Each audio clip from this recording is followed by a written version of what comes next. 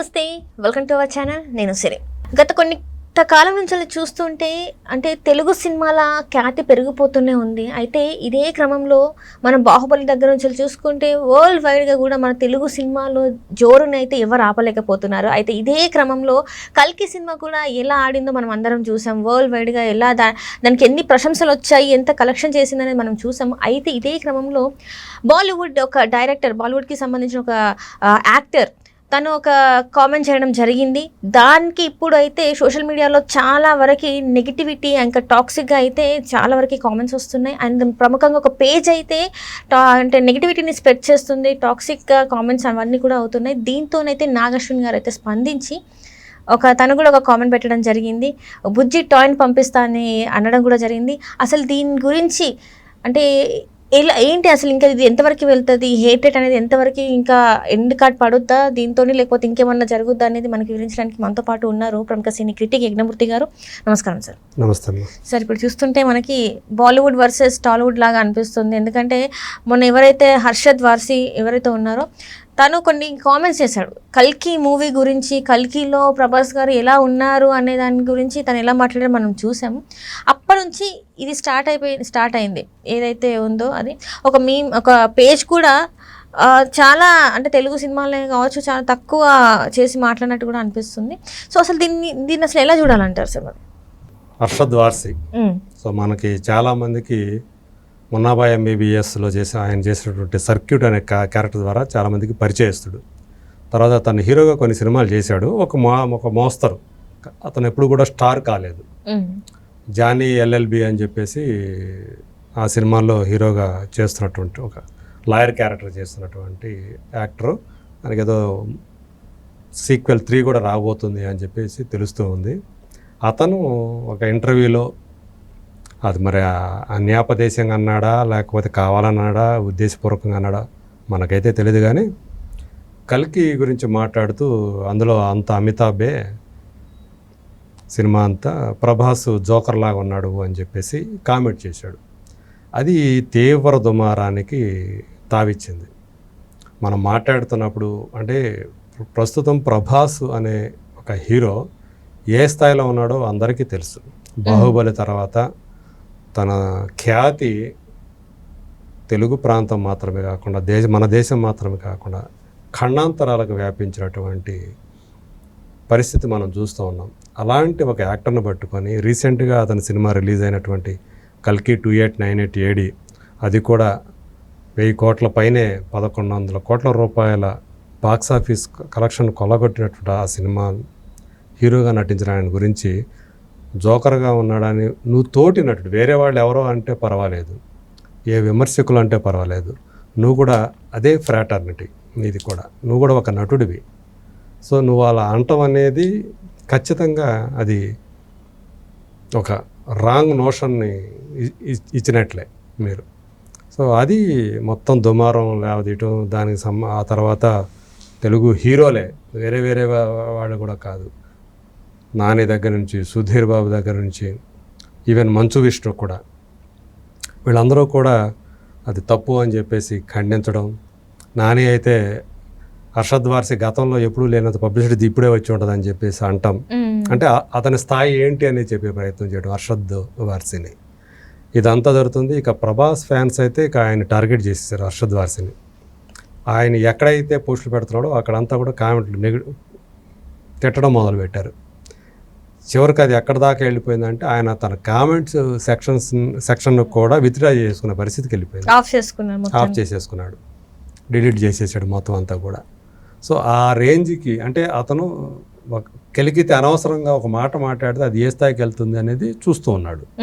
రేపు నీ సినిమాలు కూడా రిలీజ్ అవుతాయి కదా, అప్పుడు నీ సినిమాలకు అదే పరిస్థితి ఉంటే నువ్వు ద్వేషాన్ని కోరుకోవు కదా. మామూలుగా మనం ఒక సినిమా మనది రిలీజ్ అయిందంటే అన్ని వర్గాల వాళ్ళు మన సినిమాలు చూడాలని కోరుకుంటారు కదా, అంతేగాని ఒక వర్గం వాళ్ళే మన సినిమా చూస్తే చాలని చెప్పేసి అనుకోరు కదా. కేవలం హిందీ వాళ్ళు మాత్రమే నా సినిమా చూస్తే చాలని నువ్వు అనుకుంటే నీ ఇష్టం, అది ఇక ఎవరేం చేయలేరు దానికి.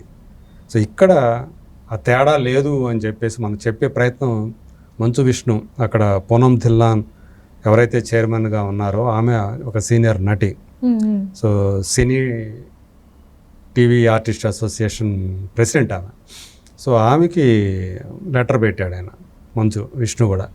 సో ఎవరికైనా భావ వ్యక్తీకరణ స్వేచ్ఛ ఉంది, భావ ప్రకటన స్వేచ్ఛ ఉంది, మాట్లాడవచ్చు. కానీ వ్యక్తుల గురించి మాట్లాడేటప్పుడు మాత్రం ఆచితూచి మాట్లాడాలి. ఇవాళ సోషల్ మీడియా యుగంలో మనం ఒక మాట్లాడే మాట అది ఎలాంటి పరిస్థితికి, ఎలాంటి విపరిణామాలకు దారితీస్తుంది మనం మాట్లాడే మాటలు అనేది చూసి మాట్లాడాలి. ఒక సహనటుడి మీద, ఒక నటుడైండి సహనటుడి మీద అర్షద్ వార్సి ఇలాంటి కామెంట్ చేయటం అనేది చాలా దురదృష్టకరం. దీని మీద మీరేమైనా స్పందిస్తారేమో అని చెప్పేసి నేను ఎదురు చూస్తుంటానని చెప్పి ఆయన పెట్టాడు. ఆ పరిస్థితుల్లో ఒక ట్విట్టర్లో ఒక హ్యాండిల్, రియల్ బాక్స్ ఆఫీస్ అనే పేరు మీద ఉన్నటువంటి ఒక హ్యాండిల్ ఎంత ద్వేషాన్ని అది రెచ్చగొడుతుంది, పంచుతుందంటే, బాహుబలిలో ప్రభాస్ నచ్చేటట్టయితే రీట్వీట్ చేయండి, సర్క్యూట్గా అర్షద్ వార్సి మీకు నచ్చే పని అయితే లైక్ చేయండి అని ఇద్దరిని పక్కన పెట్టేసి ఒక పోస్ట్ పెట్టిందంటే, ఎక్కడ అర్షద్ వార్సి, ఎక్కడ ప్రభాస్ స్థాయి ఏంటి, అతను స్టార్డమ్ ఏంటి, అర్షద్ వార్సి అనే అతను ఎక్కడైనా సరే ఒక 10% కాదు 1% అన్న అతని స్థాయికి తగ్గుతాడా? ఆ హ్యాండిల్ ఇదొకటే కాకుండా ప్రభాస్ అర్షద్ వార్సిని పోలుస్తూ, అంటే దాన్ని ఎక్కువగా ఉండేది హిందీ వాళ్ళే దాన్ని చూస్తూ ఉంటారు, ఆ రియల్ బాక్స్ ఆఫీస్ అనే దాన్ని. సహజంగా ఏం చేస్తారు, ఎక్కువ అర్షద్ వార్సికి ఓటేయచ్చు, అదే కావాలని అతను కోరుకుంటున్నాడు. అట్లాగే కల్కిలో ఉన్నటువంటి కొన్ని అంటే 1-2 సీన్స్ని ప్రస్తావిస్తూ, ఇది మరీ ఆదిపురుషు లెవెల్లో ఉంది ఈ సీను, కర్ణలాగా లేదు, అలాగే కర్ణలాగా ప్రభాస్ మిస్ఫిట్ ఇక్కడ చూస్తుంటే తెలిసిపోతుంది అని పెట్టి అట్లా ఒక హేట్రెడ్ని అతను స్పిల్ చేస్తున్నాడు ఆ హ్యాండిల్ చేసేవాళ్ళు ఎవరన్నా. దీన్ని ఇప్పుడు ఒక వాళ్ళు చేసినటువంటి ట్వీట్ ఏదైతే ఉందో దాన్ని నాగ్ అశ్విన్ ట్యాగ్ చేసి ఒకటి పెట్టాడు. ఎవర్రా మీరు, ఎందుకు ఇంత హేట్రెడ్, ఎందుకు టాలీవుడ్ బాలీవుడ్ అని చెప్పి డివిజన్ ఇచ్చేస్తున్నారు, మనమంతా సినిమారా, మనం కలిపేదాం, మనం అంతా సినిమా మనుషులు, సినిమా వాడడం, నీకు ఒక బుజ్జి బొమ్మను పంపిస్తాను కావాలంటే అని చెప్పేసి అతను ఒక సెటైరికల్గా ఒక పోస్ట్ పెట్టాడు. అతను పెట్టిన తర్వాత మళ్ళీ నేను చూస్తే ఆ పోస్ట్ డిలీట్ చేశాడు అతను. ఒరిజినల్గా అతను చేసింది ఏదైతే ఉందో, దేనికి ఇతను ట్యాగ్ చేశాడో ఆ పోస్ట్ని అతను డిలీట్ చేసి ఉంది.